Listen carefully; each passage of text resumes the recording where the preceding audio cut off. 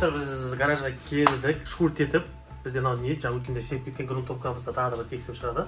Және де байқағандарыңызда, мінекей, бізде алдыңғы лобовой шешілген, оның газетпен жауып, өткен достар, бізде мына жерлерде көріп кеткендеріңіздей шірік бастап жатқан еді. Оны лобовой шешпей, покраскаға мүмкін емес, сол себептен алдырдық. Мінекей, барлығын тексеріп қойдық. Бүгін покраскаға дайын.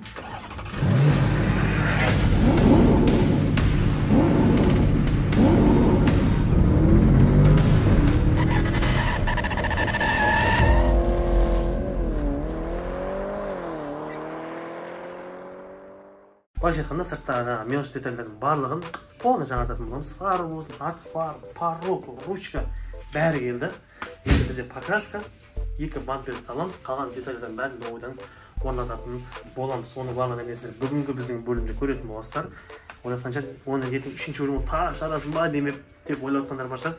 Жоқ, құрметті достар, олай болса көп сөйлемейік, бізден бірден іске кірісейік. Ендеше бүгінгі біздің басты бөліміміз покраска.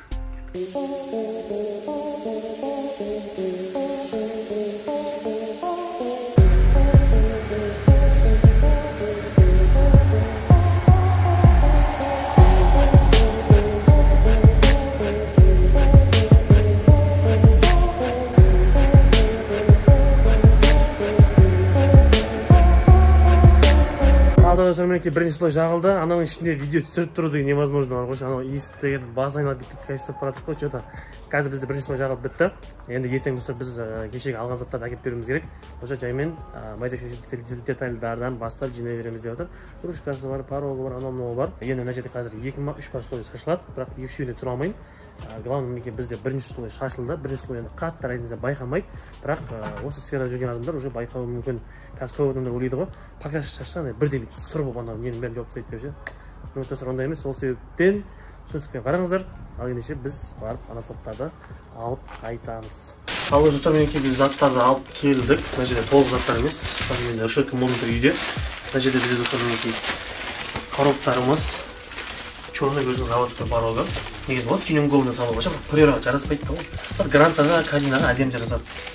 Приораға өзінің заводской порогтарын саламыз, және де артқы 2 фарсын жағадан саламыз. Өйткені білесіздер, бір жақын фарыспен лақ ашып кеткен, бір жағы толыққан, екеуінде косяк бар. Артқы 2 новый фар алдық. Мына жерде бізде мінекей Тюн автоның фарлары, 2 өзінің артқы приора 2-нің заводской фарлары. Сондай достар, 4 ручкасын покрашенный түрде алдық. Негізі ручкаларында бәле крастеретін болсаң, ол личный проблема, расход екен. Лучше бізде ладалармен бір жақсы көретін болса да, бампер алатын болсаң, осыны мелочьтар алатын болсаң, крашенный алсаң, сол выгодно да. Оны красить етіп, бөлек оған 15 мың, 10 мың теңге төлеп жүргенше, біз мынандай крашенный түрде алып, екеуі вроде ұқсайды, бір-біріне болады. Қатты разница жоқ. Екеуі де цветтері. Снежная королева. Олай болса, машинамыз красиленіп қойған. Барлығы дайын, құдай қаласы ертең уже жинаймыз достар. Порогпен, қазір ручкаларды, есіктен карттарын, братанның жинай беретін болады. Ертең мен келіп, бірге жаңағы бамперлерді, диффузор, решоттың барлығын өзім бірге жинауға көмектесетін боламын. Қазір состояниемді көрсетіп шығайын. Мінекей, әсіресе потолыққа мән береге, потолық естігіңізде ме? Қандай мятина болып отыр еді. Қарасаңыздар, кәмпит жылтырап отыр мынау. Мына жерлері мінекей көрсетер ме? Барлығын істеген, сосын тағы қандай жер бар еді. Есікте мына жерге кіріп шығып жатыр еді. Мына жерлерін істеген мінекей. Мынаның зазорын келтірген, менің зазор кішкене нашарлау еді. Мына жерлерде ұрылған жер бар еді, естеріңізде болса мінекей. Барлығы әдемі, барлығын келтірген, жылтырап, зазоры да идеал. Все, кәмпит қой көрші. Мына жер есімізде ме? Менде ең қатты проблема жүруші еді. Мыжылып жатыр еді. Мінекей. Ал мына жерде бізде партрониктің кабельдері кесіп тастапты. Ертең қосатын кезде қайтадан өзім кабельдерін жалғап беремін дейді. Партроник жұмыс жасайды, задний вид камерамыз жұмыс жасайды. Ал достар, бүгін бізде соңғы күн, бүгін почти жиналады. Ертең сосын мелкий детальдармен тазалап жуып шығаратын боламыз. Жалпы кешегі күннен бүгінгі күннен не айырмашылығы бар? Мінекей біздің кешегі әкелген порогтарымыз салынып қойған, және де ручкаларымыз салынған. Мінекей свежий, готовый ручка. Алдың ескі ручкалар әбір жетіп түрі қашып кеткен еді. Порогымызда мінекей свежий, өзінің заводской, әдемі. Пішек. Басын қысылып қалдық біз. Енді бүгін біз достар қазір жаңағы молдингтер барлығын алып келдік. Губа барысымыз, стекло, не бар, короче, мына жерде барлығын алып келдік. Диффузорға дейін, задний фонарлары, стоптары, соның барлығын. Мына стеклоны мен ауыстыратын боламын. Негізінен пленка достар. Бірақ мынандай бір трасса жүргенде мынандай бір трещиналар түскен. Білмеймін қаяқтан түскенде. Осыған бола бүгін біз екі фарның стеклосына ауысып тастайтын боламыз. Ал олай болса, бүгінгі жұмыс сіздерге түсінікті деп ойдамыз. Ендеше жақсылап планшеттен наблюдайте дейді ғой, мұқият бақылап отырыңыздар. Ал біз іске кірісейік, кеттік.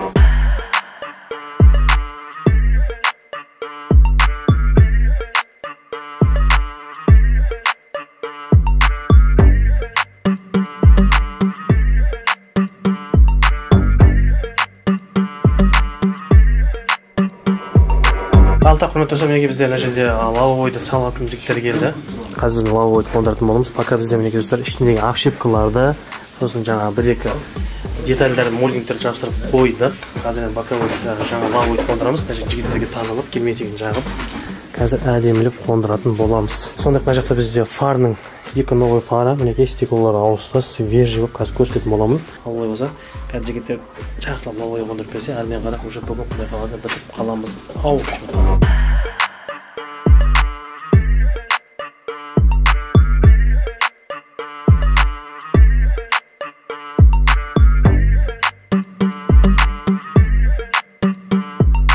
И мінекей достар, лавабойды салып біттік. Енді айту бойынша мынаны примерно 2-3 күн алмай тұра тұр, әбден қозғалмай кепсін, қатсын деді. Енді примерно мына машина ертең шықса, арғыннан аламыз, сонымен мойкаға жуғызамыз, соңында результатты көрсететін боламыз. Енді қазір мына жерден барын жинаймыз. Енді қазір бізде алды қалды достар. Алдына қазір решеткалерді, молдингтарды, туманка фарларын орнына қоямыз. Бізде бір жағынан достар қазір далада погоданың кішкене настроение шығып, аздап жаңбыр жауып тұр. Сол себептен де жаңбыр кішкене басылсын. Ертең ба, арғы күні жаңбыр басылған кезде аздап шығарамыз. Еще достар бізде ертең ба, арғы күні қар жауады. Ал біз әлі летнейменбіз. Летний дөңгелекпен. Ал олай болса көп сөйлемейік, жалғастырайық. Енді бізде алды қалды достар, қазір алдын жинап тастаймыз. Сонымен нәтижесі почти болды уже. Одан кейін бір мойка. Сосын заглушкалары бар.